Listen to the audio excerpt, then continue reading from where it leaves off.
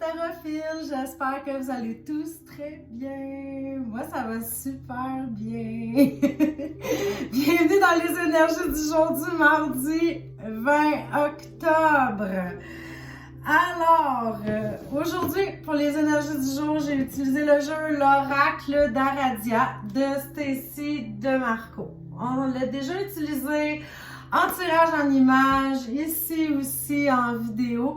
Puis, vous allez remarquer que c'est la même auteure que l'Oracle d'Halloween, donc Stacy DeMarco. C'est de qualité, hein, ils sont très bien faits, puis ils sont édités en français, ce qui n'est pas négligeable, même si on comprend l'anglais, hein, c'est toujours plus plaisant d'avoir le message en français, là, dans notre langue maternelle.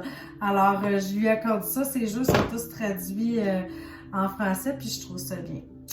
Alors, je ne serai pas comme hier, là, je vais pas m'éterniser, là, je vais pas prendre toute votre journée pour la vidéo. Donc, on va commencer tout de suite avec le choix des cartes.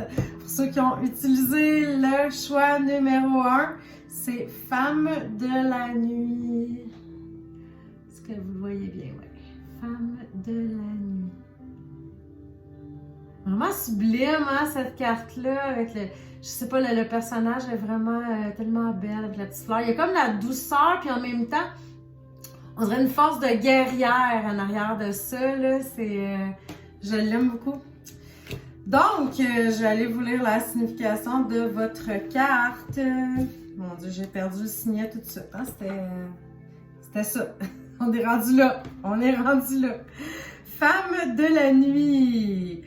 Inondez votre intérieur de joie et de bon augure. Nettoyez de fond en comble votre maison ou votre bureau. Mettez-y de l'ordre et purifiez les énergies. Joie et mouvement constituent les clés du bien-être. Allez danser, honorez la splendeur de votre corps. Mais c'est vrai, ça, quand ils disent nettoyer de fond en comble, mettre de l'ordre, de purifier les énergies. Tu sais, parfois, on a même quelque chose que oui, c'est en ordre, mais on dirait qu'on y touche pas. C'est comme là, c'est stagnant, puis... Tu sais, c'est important de rebrasser les choses, de les bouger, de les réactiver. C'est drôle, l'autre jour, j'entendais quelqu'un qui faisait une conférence de Feng Shui. Je connais rien là-dedans, là. C'est juste parce que, tu sais, elle disait, oui, c'est ça, des fois, on achète, je sais pas, un beau vase, on le met là, on l'oublie, on le remarque même plus. Tu sais, des fois, c'est bon c'est pas juste de mettre quelque chose là et de l'oublier, c'est, on s'en occupe, on le change de place, on fait bouger les choses, on fait circuler l'énergie, c'est ça le but. Alors, je sais pas, ça m'a fait penser à ça un petit peu. Parce que moi, j'ai tendance à ça aussi, où on met un cadre là, puis on le voit plus, hein, on le remarque pas. Chaque chose est là, stagnante, qui bouge plus. C'est tout bien beau, mais nous, on le remarque même plus parce qu'on vit là, puis on le voit plus. En tout cas, c'était juste une petite parenthèse, ça fait pas partie de votre carte. Ça, c'est la définition Annie. c'est moi qui mets ma petite touche.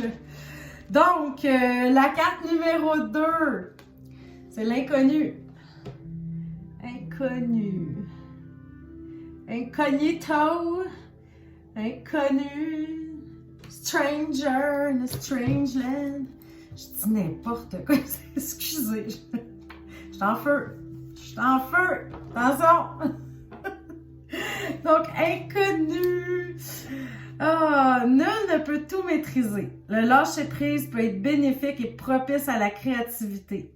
Ne vous laissez pas dévorer par les activités. Il est nécessaire de disposer de temps, pour rester en forme et prendre des décisions importantes. Douter est constructif. Ne craignez pas d'avancer. Ayez confiance en votre sagesse innée. Donc, c'est sûr, quand ils disent « nul ne peut tout maîtriser », parfois, hein, on a besoin du fameux lâcher-prise parce qu'on essaie d'être bon dans tout, de performer dans tout. On est dans un monde de performance, on se permet pas ça. Mais comme ils disent, tu sais, douter, c'est constructif, tu sais, en quelque part, ben c'est ça. Alors, on avance vers l'inconnu, même si on doute, puis on ouvre des portes quand même. Pour les gens qui ont choisi la carte numéro 3 maintenant, c'est faire la paix. Faire la paix.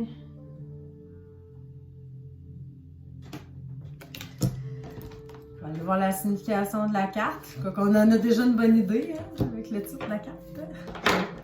Les lunettes. La paix doit provenir de vous-même. Elle ne doit pas être dépendante d'autrui ou de conditions matérielles. Ne prenez pas de décisions importantes lorsque vous ressentez de la colère ou une émotion intense. Ok, non, c'est pas le moment. Quand on est choqué, on attend un petit peu plus tard. Hein? Engagez-vous sur la voie de la perfectibilité. Soyez indulgents envers vous-même, pas seulement envers les autres. Alors, ben, on fait la paix avec nous-mêmes, on fait la paix avec les autres, on prend pas de décision si on est un petit peu bouillonnant. Calmez vos ardeurs aujourd'hui, ceux qui ont pris la carte numéro 3. Peut-être que vous êtes... vous êtes en feu, vous autres aussi. Dans le fond, c'est moi qui aurais dû la piger, cette carte-là. Mais je me rappelle même pas du choix que j'ai fait. On va dire que je les prends les 3.